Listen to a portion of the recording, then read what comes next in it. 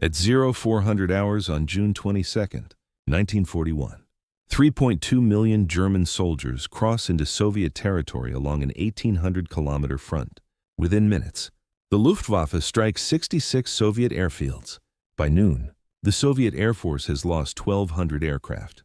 898 are destroyed on the ground, still parked in neat rows. In Moscow, Joseph Stalin receives the news at 0430 hours. He says nothing.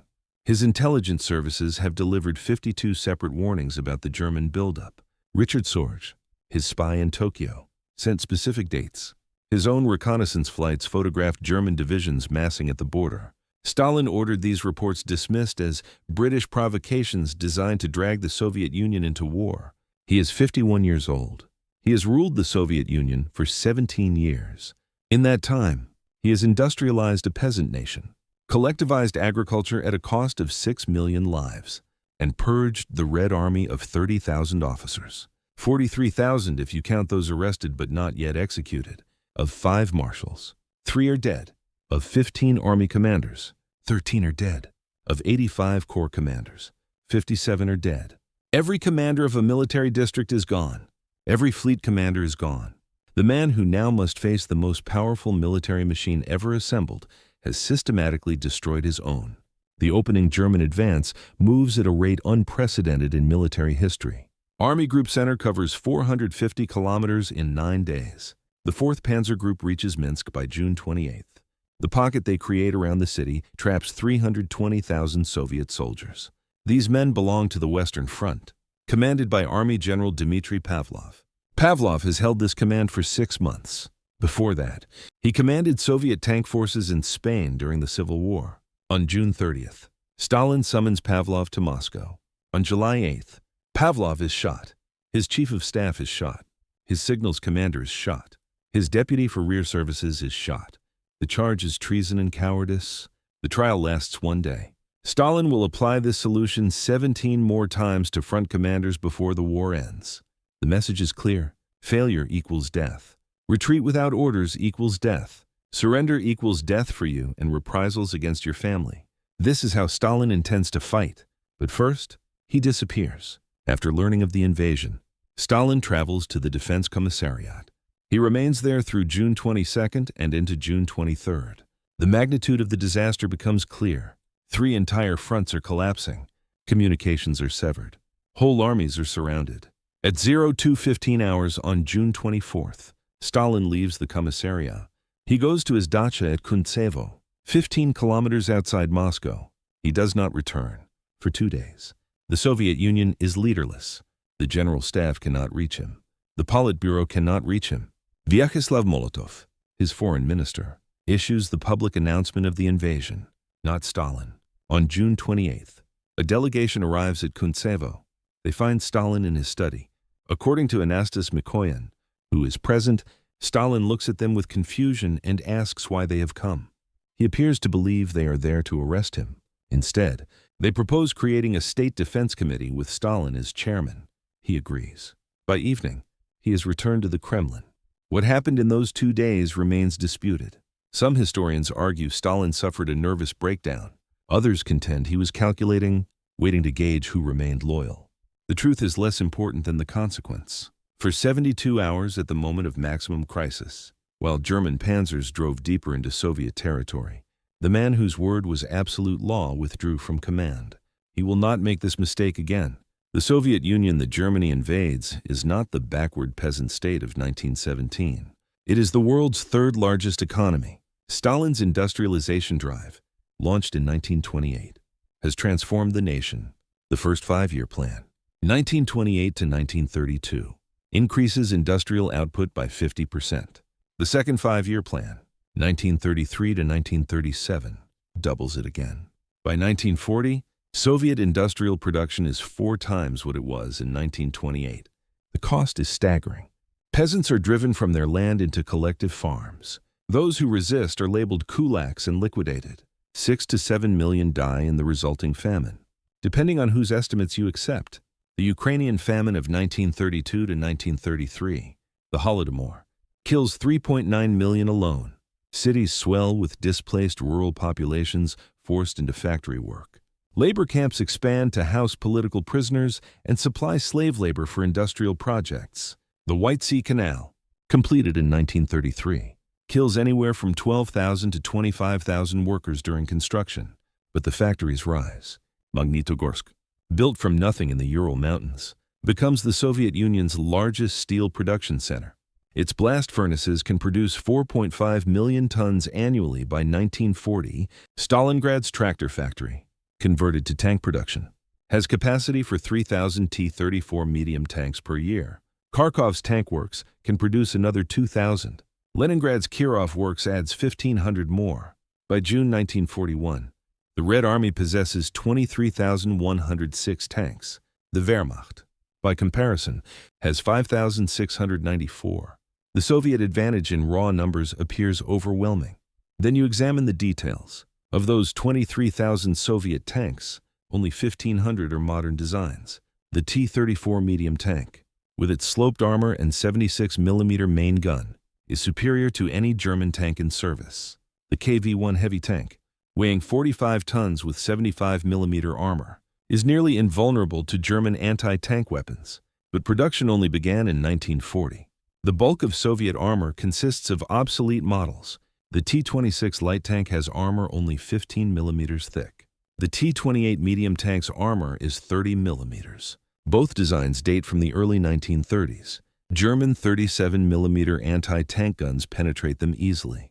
Worse, Soviet tank divisions lack the support infrastructure German panzer divisions possess. German doctrine integrates tanks with motorized infantry, artillery, and combat engineers in combined arms formations. Soviet tank divisions in June 1941 are pure tank formations with minimal support. They lack radios. Most tanks must follow the commander's tank and respond to visual signals. They lack recovery vehicles. A tank with mechanical problems must be abandoned. They lack fuel trucks in adequate numbers. Tanks must refuel from pre-positioned depots that German advance elements capture or destroy in the first days of the invasion. The officer corps that would know how to employ these tanks is dead. The purges began in May 1937 with the arrest of Marshal Mikhail Tukhachevsky, Deputy Commissar for Defense and the Red Army's leading theorist. Tukhachevsky developed Soviet deep operations doctrine, anticipating the kind of mechanized warfare that would dominate the coming war. He advocated for tank armies, airborne forces, and strategic bombing. Stalin had him tortured until he signed a confession admitting he was a German spy. Then Stalin had him shot. 7 other senior commanders were arrested with him. All were shot. The interrogators who extracted their confessions were themselves arrested the following year. They were shot. The purge expanded. Anyone who had served with Tukhachevsky became suspect. Anyone who had studied in Germany became suspect. Anyone who had contact with foreign military officials became suspect. Anyone denounced by a rival became suspect. Officers arrested other officers to prove their loyalty. Some were shot. Others received sentences of 10 to 25 years in labor camps. By 1939, the Red Army was commanded by men promoted 3 or 4 ranks beyond their competence. Division commanders had previously commanded regiments. Army commanders had previously commanded divisions. The general staff was staffed by officers who had attended abbreviated courses or no staff training at all. Stalin knew this. He proceeded anyway. His reasoning, insofar as it can be determined, was political. He feared Bonapartism, the military seizing power. Better to have loyal incompetents than competent potential rivals. He also believed that ideological purity mattered more than professional expertise. A committed communist with minimal training was preferable to a professional officer with ambiguous political loyalty. The Soviet Union's experience in the Spanish Civil War, where political commissars wielded veto power over tactical decisions, reinforced this view. Soviet forces in Spain won. Therefore, the system worked. That the Spanish Republic ultimately lost. That the war revealed serious deficiencies in Soviet equipment and doctrine. That the Germans learned far more from the experience than the Soviets did. None of this registered. The result was catastrophic failure when the Wehrmacht struck. In the first 3 weeks of Operation Barbarossa, the Red Army loses 324,000 killed, 378,000 missing or captured. An additional 178,000 are wounded. These are not the figures Stalin's generals report to him. They report a fraction of actual losses. Stalin knows they are lying but cannot establish the truth. Communications networks have collapsed. Entire formations have been overrun. The survivors are streaming east in disorder. At 0800 hours on July 3rd, Stalin addresses the Soviet people for the first time since the invasion. He speaks over the radio for 16 minutes. He begins with an unusual greeting. Brothers and sisters, friends. He has never used such language before. His standard address is comrades. The change is deliberate. This is not an ideological war. This is a war of national survival. He acknowledges the loss of Lithuania, Latvia, much of Belarusia, and western Ukraine. He frames the retreat as intentional, part of a strategy to draw the Germans deeper into Soviet territory where they can be destroyed. This is fiction. The retreat is panicked collapse. But Stalin needs to explain the disaster in terms that preserve confidence in his leadership. He compares the situation to 1812, when Napoleon invaded Russia. He invokes Stalingrad, named for himself, soon to be a rallying point. He announces a scorched earth policy. Nothing of value will be left for the Germans. All food stocks, fuel, equipment, and machinery will be evacuated or destroyed. He calls for partisan warfare behind German lines. He promises victory. The speech is effective. For many Soviet citizens, it is the first time they have heard their leader's voice since the invasion began. The fact that he speaks at all, that he has not fled, steadies morale. What Stalin does not mention is that the Soviet Union is on the verge of total defeat. By September 19th, Army Group North has encircled Leningrad. The city of 3 million is cut off. It will remain besieged for 872 days. 632,000 civilians will die, most from starvation. Army Group South has captured Kiev after encircling 4 armies of the Southwestern Front. 665,000 Soviet soldiers surrender. This is the largest encirclement in military history. Army Group Center is preparing the final drive on Moscow. Operation Typhoon launches on October 2nd. The objective is Moscow, 365 kilometers from the German start line. The Germans commit 1.9 million men, 14,144 artillery pieces, 1,019 tanks. They achieve complete surprise. The Soviet High Command expects the next German offensive to come in the south, toward the Caucasus oil fields. It comes in the center instead. By October 7th, German pincers close around Vyazma, 240 kilometers west of Moscow. 4 Soviet armies are trapped. The pocket yields another 650,000 prisoners. By October 14th, advanced German units are 65 kilometers from Moscow. Reconnaissance elements reach the city's outer suburbs. German officers can see the Kremlin spires through binoculars. On October 15th, a controlled panic seizes Moscow. Factories begin evacuating east. Government ministries burn documents. Foreign embassies destroy files and prepare to flee. Residents jam railway stations trying to board evacuation trains. Some Politburo members leave the city. Lavrentiy Beria, head of the NKVD secret police, orders his family evacuated. Molotov does the same. Stalin remains. On October 16, he calls a meeting of the State Defense Committee. The question is whether to evacuate Moscow or defend it. General Georgy Zhukov, commanding the Western Front protecting the city, argues for defense. Zhukov is 54 years old, a cavalryman who fought in the Civil War and rose through the ranks during the purges by surviving. He is blunt, aggressive, and willing to accept enormous casualties to achieve objectives. Stalin trusts him because Zhukov produces results and shows no political ambitions. Zhukov explains that German forces are overextended. Their supply lines stretch hundreds of kilometers. Winter is coming and the Wehrmacht is not equipped for cold weather operations. The autumn rains have turned unpaved roads to mud, slowing the German advance. If the Red Army can hold for 3 more weeks, the first snow will arrive. The German timetable will collapse. Stalin agrees. Moscow will be defended. But he orders non-essential personnel evacuated. Most government functions transferred to Kuibyshev, 890 kilometers to the east. The Foreign Diplomatic Corps evacuates there as well. On October 19th, Stalin declares a state of siege in Moscow. Anyone caught looting will be shot on sight. Anyone spreading defeatist rumors will be shot on sight. NKVD troops establish blocking positions behind frontline units. Any Red Army soldier retreating without orders will be shot. Order number 270, issued October 16th, formalizes this policy. Every front must create blocking detachments, Strafbats, staffed by NKVD troops positioned behind regular units. Their mission is to shoot anyone retreating. By the war's end, blocking detachments will shoot approximately 158,000 Red Army soldiers. They will arrest another 436,000 of those arrested. Approximately 212,000 will be sent to penal battalions for suicide missions. These numbers come from NKVD records, which are incomplete. This is Stalin's vision of military discipline. The German advance stalls in late October, not because of Soviet resistance, which remains fierce but disorganized, but because of mud, the Rasputitsa.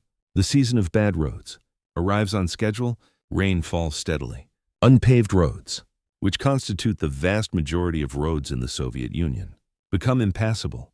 German trucks sink to their axles. Tanks slip off road surfaces attempting to bypass stalled columns. Supply convoys that averaged 100 kilometers per day in June now manage 15. The Germans wait for the freeze. It comes in mid-November. Temperatures drop to -12 degrees Celsius. The mud hardens. The advance resumes. By November 27th, advance elements of the 2nd Panzer Division reach Khimki, 15 kilometers from the Kremlin. This is the deepest German penetration. Soviet workers constructing fortifications in Khimki see German tanks and flee. The panzers withdraw after encountering unexpectedly strong anti-tank defenses. They do not return. On December 5th, Zhukov counterattacks. He employs fresh divisions transferred from the Soviet Far East. These are experienced units, fully equipped and trained for winter warfare. Stalin has held them in reserve in Siberia, guarding against potential Japanese attack.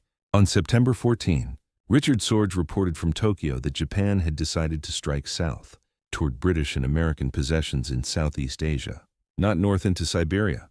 This intelligence, perhaps Sorge's most valuable contribution, allows Stalin to transfer 40 divisions west. 15 arrive in time for the Moscow counteroffensive. The offensive employs 1,100,000 men, 7,652 artillery pieces, 774 tanks. Soviet forces outnumber the Germans attacking Moscow for the first time. The temperature is -28 degrees Celsius. German equipment fails. Tank engines will not start.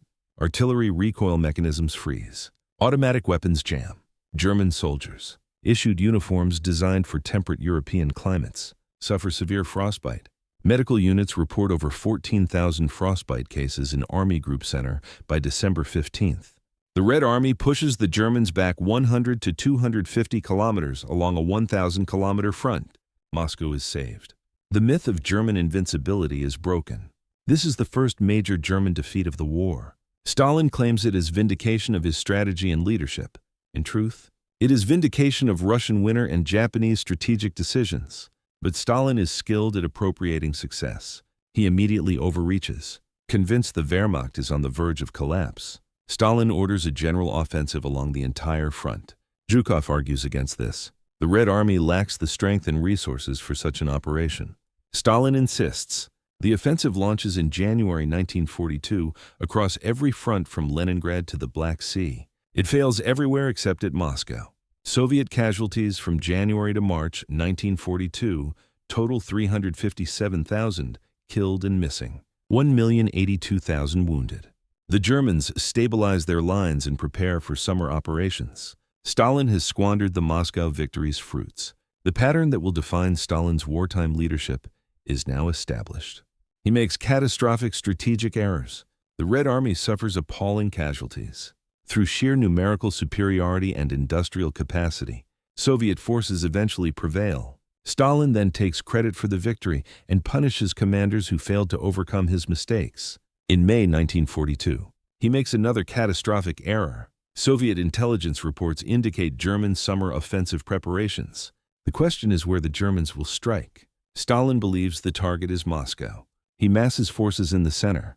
Zhukov and the general staff argue the Germans will strike south, toward Stalingrad and the Caucasus oil fields. Stalin overrules them. He orders a preemptive offensive at Kharkov to disrupt German preparations and recapture Ukraine's second-largest city. The offensive launches May 12th. Marshal Semyon Timoshenko commands the southwestern front conducting the attack. Timoshenko has 640,000 men, 1,214 tanks, 13,000 artillery pieces. The initial advance succeeds. Soviet forces push 25 to 50 kilometers west of Kharkov. Then German reserves counterattack from the south, cutting off the Soviet spearhead. By May 29th, The pocket is closed. 270,000 Soviet soldiers are captured or killed. 1,249 tanks are destroyed or abandoned. Over 2,600 artillery pieces are lost. The disaster leaves the southern front virtually undefended. On June 28, Germany launches Case Blue, Fall Blau. Army Group South, now split into Army Groups A and B, drives east. By July 23, Rostov-on-Don falls. The gateway to the Caucasus is open. Army Group A pushes toward the oil fields at Maikop, Grozny, and Baku. Army Group B advances on Stalingrad. The city bears Stalin's name. He cannot allow it to fall. Stalingrad stretches 45 kilometers along the western bank of the Volga River. It is a major industrial center and transportation hub.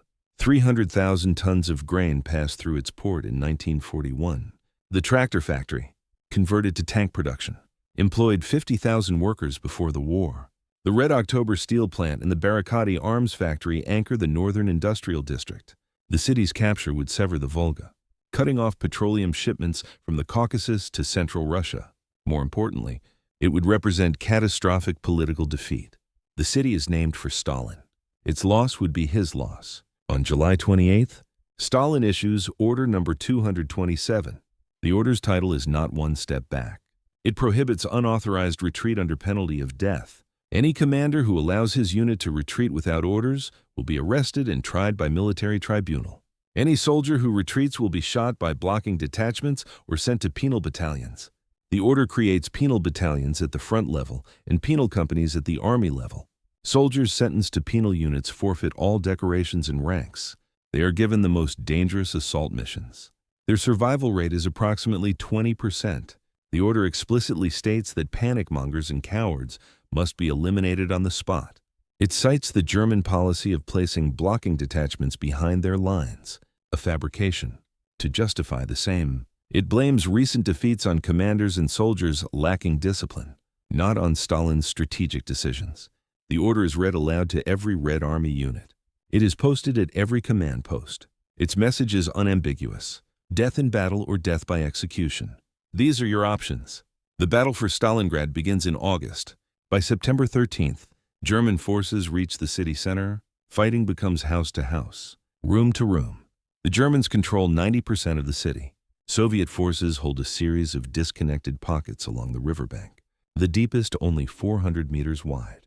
Supplies and reinforcements cross the Volga at night under German artillery fire. Casualty rates among the crossing boats reach 40%. The average life expectancy for a Soviet soldier reaching Stalingrad in September 1942 is 24 hours. Lieutenant General Vasily Chuikov commands the 62nd Army defending Stalingrad. Chuikov is 42 years old, a veteran of the Civil War and service in China as a military advisor. His tactical insight is that German advantages in artillery and air support become nullified in close quarters combat. He orders his units to hug the Germans, engaging at ranges of 20 to 50 meters. German aircraft cannot strike without hitting their own troops. German artillery cannot fire without killing German infantry. Soviet tactics in Stalingrad are brutal and simple. Small groups of infantry, typically 8 to 10 men, attack German positions with grenades, submachine guns, and close-range anti-tank weapons. They infiltrate through rubble and sewers. They attack at night. They never allow the Germans to establish stable lines. Every building becomes a fortress. Every room is contested. The grain elevator, a massive concrete structure on the southern edge of the city, changes hands 5 times in September. Pavlov's house, a 4-story apartment building, is held by a platoon of Soviet infantry for 58 days against repeated German assaults. Stalin follows the battle obsessively. He calls Chuikov daily, demanding updates. He micromanages unit deployments and tactical decisions from Moscow, 1,500 kilometers away. He orders counterattacks that dissipate forces needed for defense. He refuses to evacuate civilians, believing their presence will stiffen military resistance. 40,000 civilians die in Stalingrad during the battle. While the fighting rages in the city, the Soviet General Staff plans the counteroffensive. Operation Uranus aims to encircle the German forces at Stalingrad by striking their flanks, held by Romanian 3rd and 4th Armies. Romanian forces are less well equipped than German units. They lack adequate anti-tank weapons. Their defensive positions are thinly spread. Zhukov and Colonel General Alexander Vasilevsky, Chief of the General Staff. Briefs Stalin on the plan in September. Stalin approves it, but insists the offensive remains secret. Only a handful of senior officers know the full scope. The Soviets mass 1,130,000 men, 15,500 artillery pieces, 1,460 tanks. These forces assemble over 8 weeks with elaborate deception measures. Units move only at night. Radio silence is absolute. Dummy positions and fake tank concentrations are established far from the actual assembly areas. The Germans detect a buildup but underestimate its scale. Operation Uranus launches November 19th. Soviet forces attack from the north and south simultaneously. By November 23rd, the pincers meet at Kalash, 70 kilometers west of Stalingrad. The pocket traps 290,000 German and Axis soldiers, including the entire 6th Army under General Friedrich Paulus. This is the Wehrmacht's largest and most prestigious formation. Hitler forbids breakout attempts. He orders the 6th Army to hold Stalingrad while relief forces assemble. Hermann Göring, head of the Luftwaffe, promises to supply the pocket by air. The 6th Army requires 550 tons of supplies daily. The Luftwaffe delivers an average of 94 tons. By late December, German soldiers are receiving 1/3 rations. Horses are slaughtered for meat. Wounded cannot be evacuated. The temperature is minus 30 degrees Celsius. The relief attempt, Operation Winter Storm, launches December 12th. Army Group Hoth drives northeast toward the pocket. It reaches within 48 kilometers of the 6th Army's perimeter. Paulus requests permission to break out and link up with the relief force. Hitler refuses. The 6th Army must hold its positions. Army Group Hoth, running low on fuel and ammunition, retreats. The 6th Army is abandoned. Stalin demands its total destruction. Operation Ring, the final reduction of the pocket, begins January 10th, 1943. Soviet forces employ 47 divisions, 5,600 artillery pieces. The pocket is split in half by January 26th. German forces are compressed into 2 isolated groups in the city ruins. They have no food. They have no ammunition. They have no hope. On January 31st, Paulus surrenders the southern pocket. Hitler, furious that Paulus did not commit suicide, promotes him to field marshal hours before the surrender. No German field marshal has ever been captured. Hitler expects Paulus to kill himself. Paulus declines. The northern pocket surrenders February 2nd. 91,000 German soldiers enter Soviet captivity. Only 5,000 will survive to return to Germany. Stalin has his victory. The city bearing his name has held. The Wehrmacht has suffered its greatest defeat. The psychological impact is immense. German military prestige, carefully cultivated through 2 years of nearly unbroken victories, is shattered. Neutral nations begin shifting toward the Allied side. The German public learns that defeat is possible. Stalin ensures the world knows who is responsible for this victory. Soviet propaganda credits his genius and foresight. The role of Zhukov, Vasilevsky, and Chuikov is acknowledged but subordinated to Stalin's leadership. This pattern will repeat for the rest of the war. Victories are Stalin's, defeats are the fault of incompetent commanders. The war's character now changes. The Red Army begins sustained offensives that will continue, with brief pauses, until Berlin falls. Soviet industrial production, evacuated east in 1941 and 1942, reaches full capacity. In 1943, Soviet factories produced 24,000 tanks, 30,000 aircraft, 130,000 artillery pieces. German production is 7,836 tanks, 24,807 aircraft, 73,000 artillery pieces. The Soviet Union is outproducing Germany in every category, despite having lost the territories containing 60% of its pre-war industrial base. This is Stalin's industrial revolution made manifest. The factories he built in the Urals, Siberia, and Central Asia, paid for in blood during collectivization and the purges, now deliver the material to defeat Germany. Magnitogorsk steel feeds tank production. Chelyabinsk, called Tankograd, produces 18,000 tanks in 1943 alone. Nizhny Tagil contributes 25,000 T-34 tanks by war's end. These factories operate 24 hours daily. Workers live in dormitories adjacent to production lines. Many are women and teenagers, the men having been conscripted. Labor camp prisoners supply additional workforce. Quality suffers. Early T-34 tanks built in 1941 have life expectancies of 1,500 hours of operation.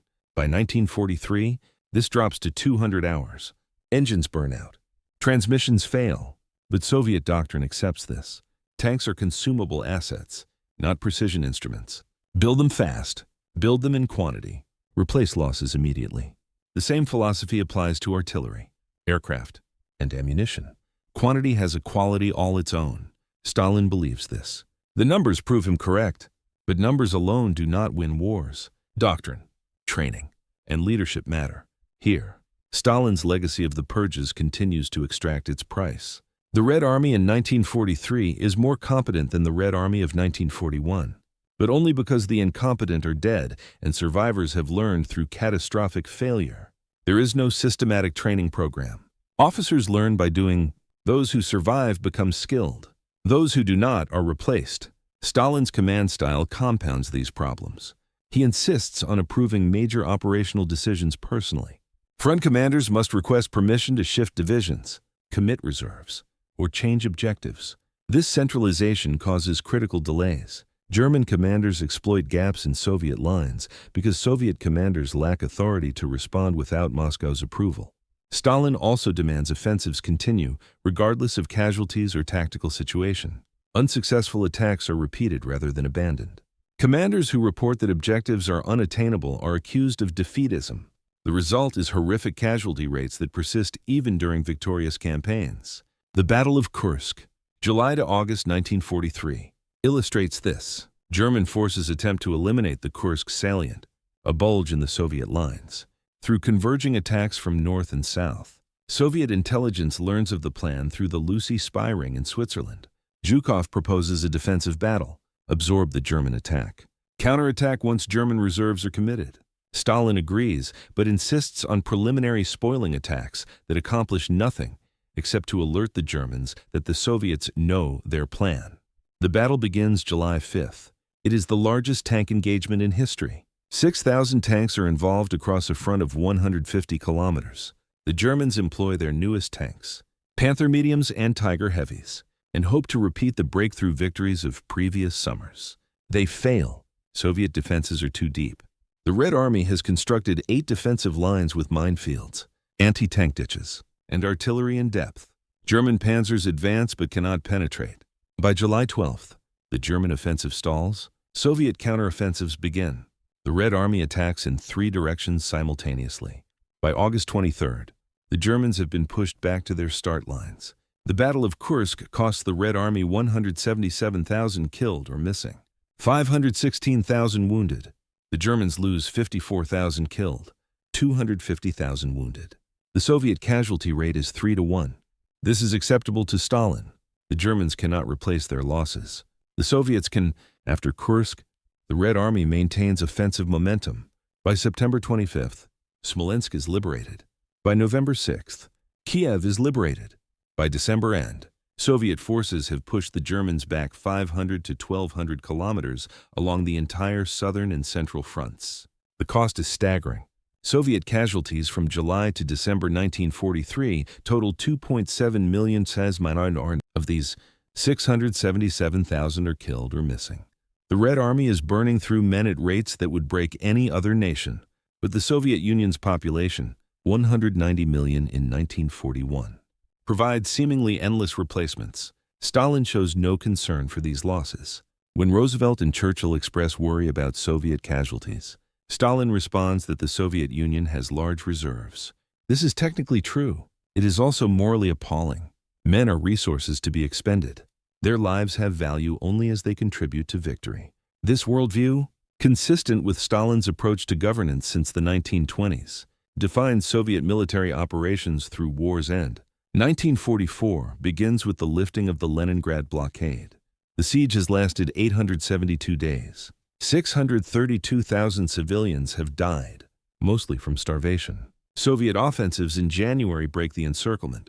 By February, rail lines to the city are reopened. Stalin orders celebrations. The victory is commemorated with a fireworks display in Moscow. That hundreds of thousands died due to his refusal to evacuate the city before the siege closed is not mentioned. In June, the Red Army launches Operation Bagration, the destruction of German Army Group Center. This is the largest Soviet offensive of the war, 1.67 million men.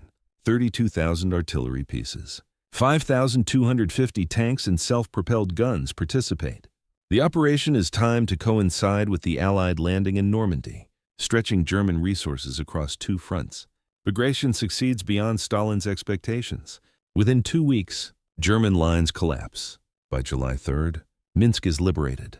The pocket east of Minsk yields 100,000 German prisoners.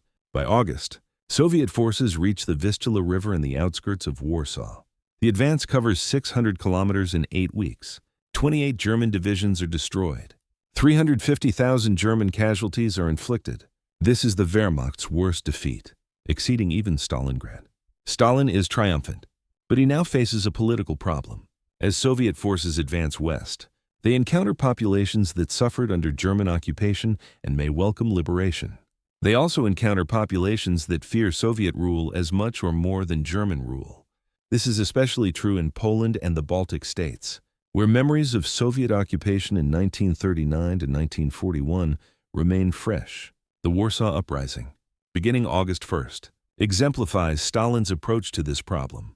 The Polish Home Army, the underground resistance loyal to the Polish government in exile in London, rises against German occupation. The uprising's timing is coordinated with Soviet forces approaching Warsaw. The Home Army expects Soviet support. They receive none. Stalin orders Soviet forces to halt on the Vistula's eastern bank.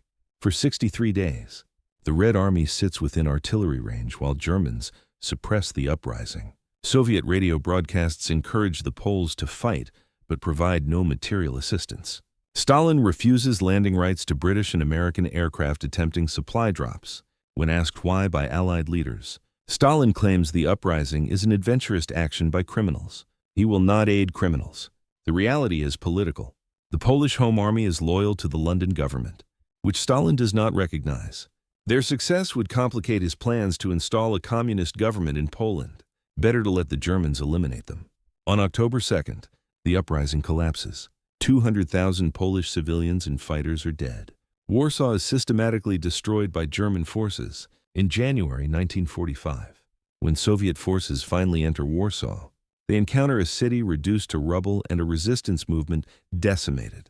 Stalin's post-war dominance in Poland is secured through German actions and Soviet inaction.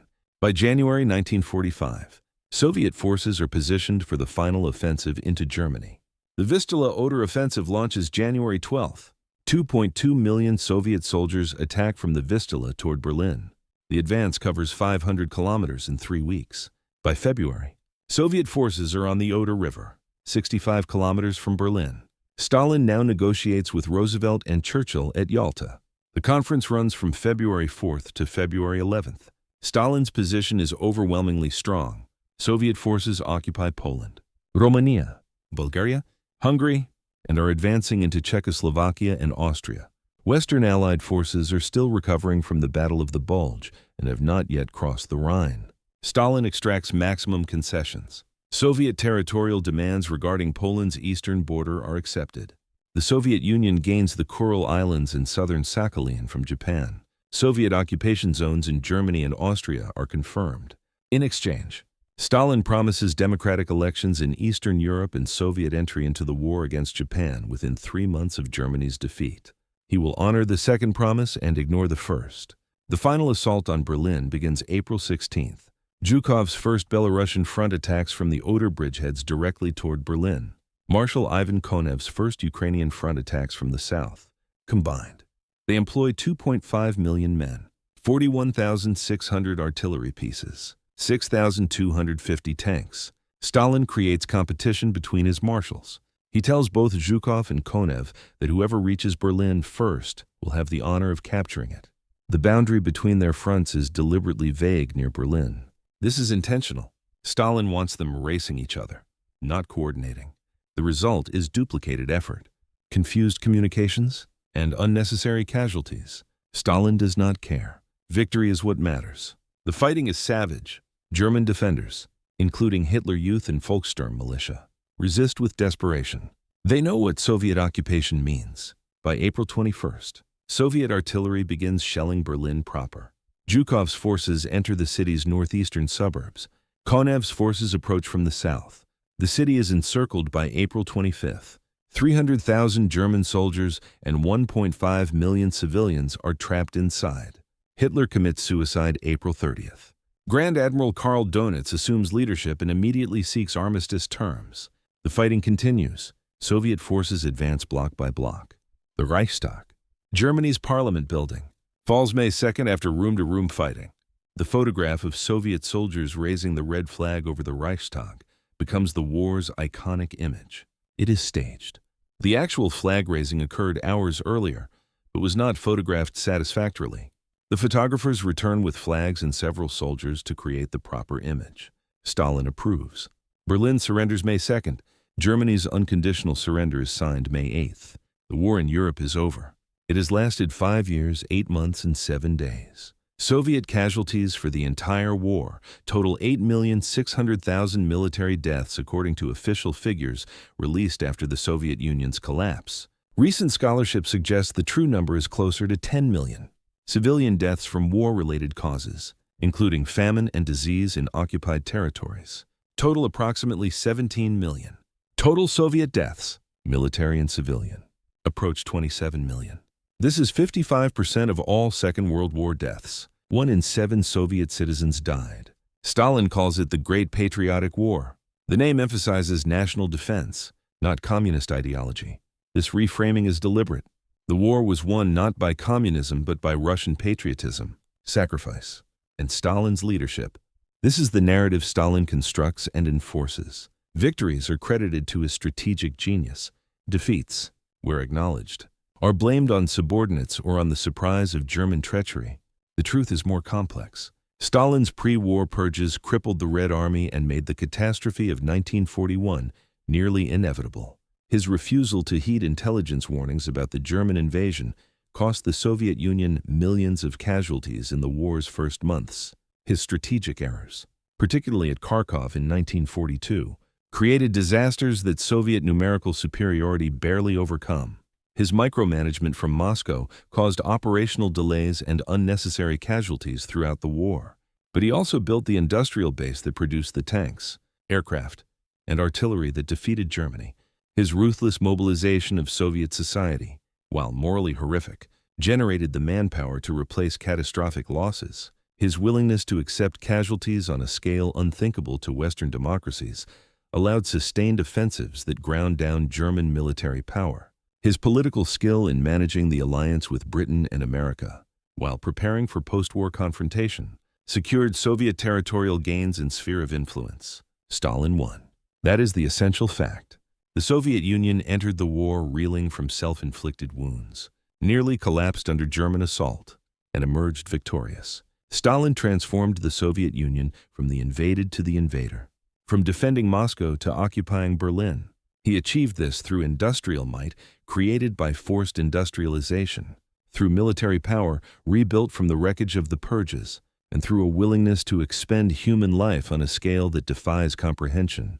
The cost was paid by Soviet soldiers who attacked German positions knowing they would likely die, by Soviet civilians who starved in sieges Stalin refused to lift, by prisoners of war who returned from German captivity only to be sent to Soviet labor camps for the crime of surrender, by ethnic minorities deported en masse on suspicion of collaboration, by soldiers sent to penal battalions for retreating, by officers shot for failures that stemmed from Stalin's orders. None of this troubled Stalin.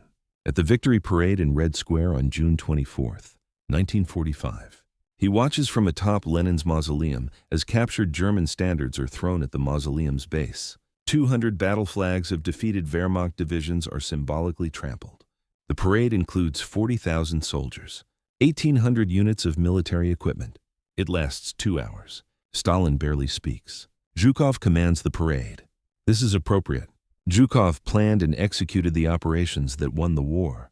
But the victory is Stalin's. He ensures this through propaganda, through the cult of personality, through rewriting history. Post-war, Stalin consolidates Soviet control over Eastern Europe. Elections promised at Yalta are held but manipulated. Communist governments are installed in Poland, Romania, Bulgaria, Hungary, Czechoslovakia, and East Germany. The Iron Curtain, Winston Churchill's term, descends across Europe. The wartime alliance dissolves into Cold War. Stalin, having defeated fascism, now confronts capitalism. He will die in 1953 before this new conflict resolves. His legacy is contradictory. He saved the Soviet Union from Nazi conquest. He killed millions of his own citizens. He built the industrial power that defeated Germany. He destroyed the officer corps that would have prevented the disasters of 1941. He was history's most effective mass murderer and one of history's most successful war leaders. These facts coexist. They do not cancel each other out. The Red Army Memorial in Treptower Park, Berlin, stands as monument to Soviet sacrifice. It depicts a Soviet soldier holding a child, his sword crushing a swastika. 5,000 Soviet soldiers are buried there.